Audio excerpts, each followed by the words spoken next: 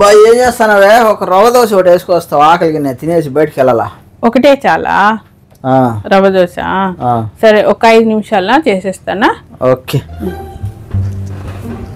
అన్నాడు, ఎట్లా పోయినాడు ఈయన?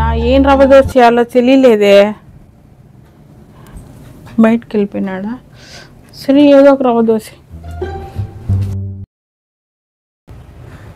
అయిందా దోశ? అయింది బా. నేను వచ్చి అడుగుదాం అనుకున్నానా, కాకపోతే నువ్వు లేవు అని చేసేసిన. ఏమిటిది? అంటే అడిగిన దానికి సమాధానం చెప్తే తెలివితేటలు అంటారు, చెప్పకపోతే పొగరంటారు. మరి నన్ను ఏం చేయమంటారు? అంటే నువ్వు రవ్వ దోశ చేయమన్నావు, గోధుమ రవ్వ దోశనా లేకపోతే బియ్యం రవ్వ దోశనా సరిగ్గా చెప్పలేదు, అందుకని 2 కలిపి చేసినాను. అందుకని గోధుమ రవ్వ వేసుకోవాల్సిన లోపల దోశలా?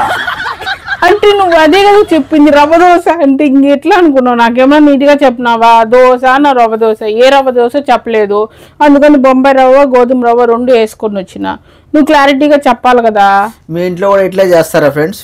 చెప్పండి. దాదా అంత రోజున తినలే, ఆకలేస్తుంది అన్నావు కదా. ఏం తింటావా? హోటల్ కన్నా పోయి తినే వస్తా. అయితే నేను కూడా వచ్చేనా? దేనికి?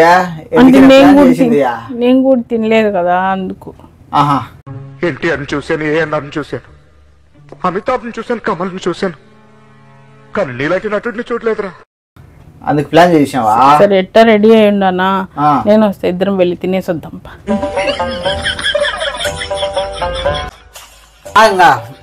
రెస్టారెంట్లో తినేదానికి బాగా ప్లాన్ చేసినట్టున్నావు కానీ. సరేపా, ఎట్టయితే అట్టు కానీ. సరేపా.